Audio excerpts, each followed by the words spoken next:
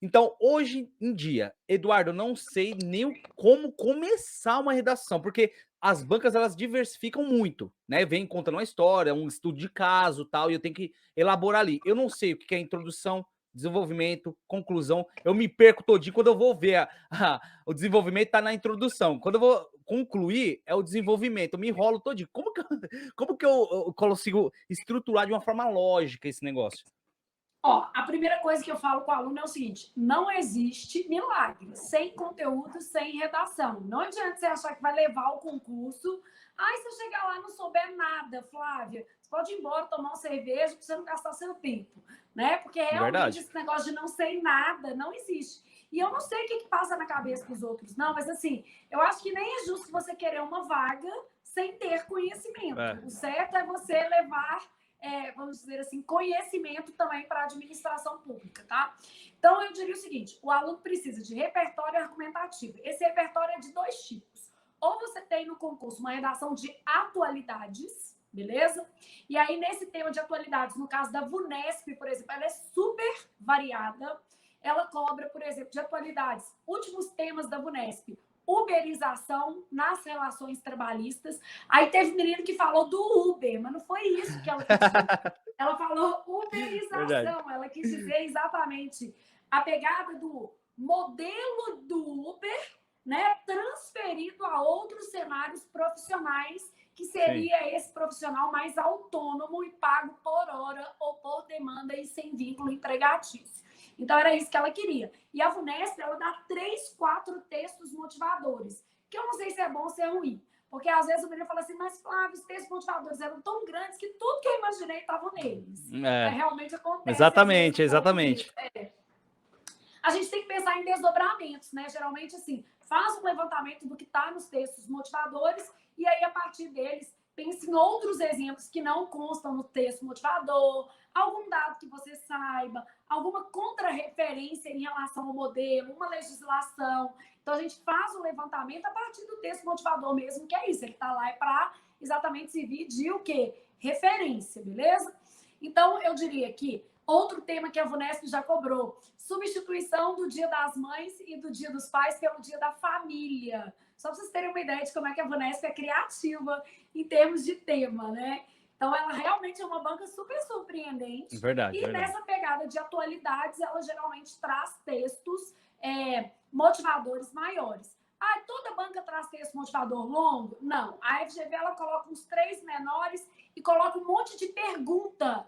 Isso. E Sim. aí, a redação tem que ser feita com base nas perguntas. O Sebrasp dá um texto motivador ou dois, geralmente mais curtos, e coloca tópicos, mesmo quando são provas com temas de atualidades. Então, vai lá e coloca tópicos, igual vai cair agora na Assembleia do Ceará, ou na Polícia Civil da Paraíba para a gente. Então, temas de atualidades e tópicos ali. No Sebrasp, existe uma vinculação normalmente entre o concurso e os temas, né? Então, um concurso de segurança pública tende a ter um tema mais voltado para a área de segurança pública, apesar que já caiu o tema de sustentabilidade para a segurança pública. Tende, não é sempre vai. É Sim. fazendo o histórico da banca mesmo que a gente percebe isso. A VUNESP não costuma trazer essa contrarreferência. Ela geralmente pega temas aleatórios, independentemente do concurso, tá? A FGV cobra numa pegada variada, geralmente quando é atualidades, temas que tem ali um certo viés mais filosófico, que é parecido com o da FCC.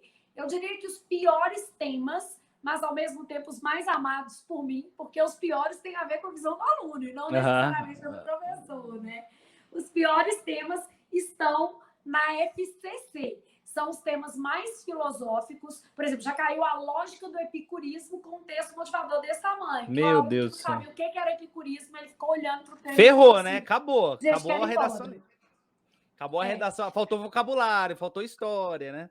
Faltou muita coisa ali. exatamente. E aí, até nos textos das provas objetivas da FCC, ela costuma usar muitos temas filosóficos. Então, aquele caderninho teria um Aham. certo sentido, né?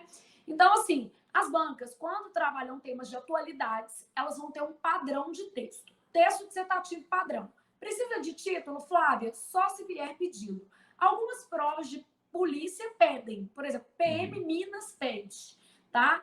A maioria não pede. O Unesp não pede, Sebrasp não pede, a FGV não pede. Então, de uma maneira geral, não precisa de título. O que você precisa? A partir de um repertório argumentativo compatível com os textos motivadores e com a proposta, fazer um mapa de texto daquilo que você dispõe de conhecimento, né?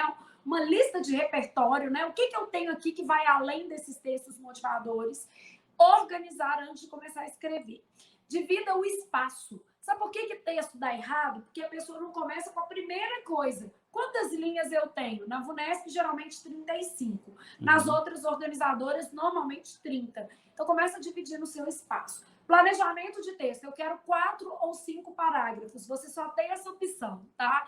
Porque menos que isso, seu texto vai ficar ruim, mais que isso também ruim. Então, o aluno que está mais habilitado com redação, ele sabe que 4 parágrafos é o mínimo, 5 é o máximo. Mesmo com 35 linhas, 5 está de bom tamanho ali para a gente ajustar as ideias. Quando você faz um texto com 4 parágrafos, você tem que escolher um modelo. Qual é o modelo? Ele tem que combinar com o tema. Eu vou fazer introdução, causa, consequência e proposta de intervenção, possíveis soluções, que é um modelo mais Enem, não tem problema, tá certo. Não, eu vou fazer introdução, aspectos favoráveis e aspectos contrários. Numa proposta de uberização, por exemplo, trazer aspectos positivos e negativos seria legal, porque tem aspectos para serem expostos nas duas searas argumentativas, né? No Dia da Família, por exemplo, em substituição ao Dia dos Pais e o Dia das Mães, eu já acho que era mais legal fazer causas e consequências, porque a gente poderia falar dos novos formatos de família e abordar que para a dinâmica contemporânea é melhor o Dia da Família, porque isso não priva as famílias de comemorarem o Dia das Mães, não priva as famílias de comemorarem o Dia dos Pais, porém exime a escola de se colocar em uma situação complicada, por exemplo, no caso de filhos que são criados por uma pessoa só, né? Famílias monoparentais, famílias homoafetivas, famílias reestruturadas, que seria o caso da minha família, que sou divorciada, me casei novamente. Então, isso gera ali uma situação para a escola que às vezes é mais complicada de se administrar, em se tratando de crianças, é sempre um caso delicado. Eu acho que o aluno poderia apresentar causa e consequência, ou seja, o benefício de trocar pelo Dia da Família é maior do que o desgaste de impor, né? O Dia dos Pais e o Dia das Mães em um cenário que, às vezes, a criança não vai ter como trazer. Muitas crianças criadas pelos avós, né? Então, assim, você vai trabalhando isso na argumentação do texto. Enfim, então, você levanta os seus argumentos, escolhe o modelo. Eu vou fazer causa e consequência, aspectos positivos e aspectos o quê? Negativos. Eu vou fazer comparação, porque eu detenho conhecimento acerca de outros países. Então, se eu vou trabalhar a crise hídrica, beleza, eu sei como é que está a crise hídrica em outros países para colocar aqui, então eu posso fazer paralelo, comparação. Não sei, não vou fazer, né? Sim. Eu vou fazer sobre modernização da legislação. Você sabe o que está mudando em outro lugar? O tema é longevidade, envelhecimento da população mundial. Vou comparar com o Japão. Se você tiver esse conhecimento, faz todo sentido, é uma dinâmica de texto muito apropriada. Então, escolher um modelo. Busca na sua cabeça, tem um argumento de autoridade para usar? Tem uma estatística? Posso citar uma obra que credencie o meu argumento? Um outro autor? Se sim, vou colocar. Se não, não faz diferença. Porque o texto pode estar muito bem escrito sem esse tipo de argumento. Não é obrigatório, é desejável.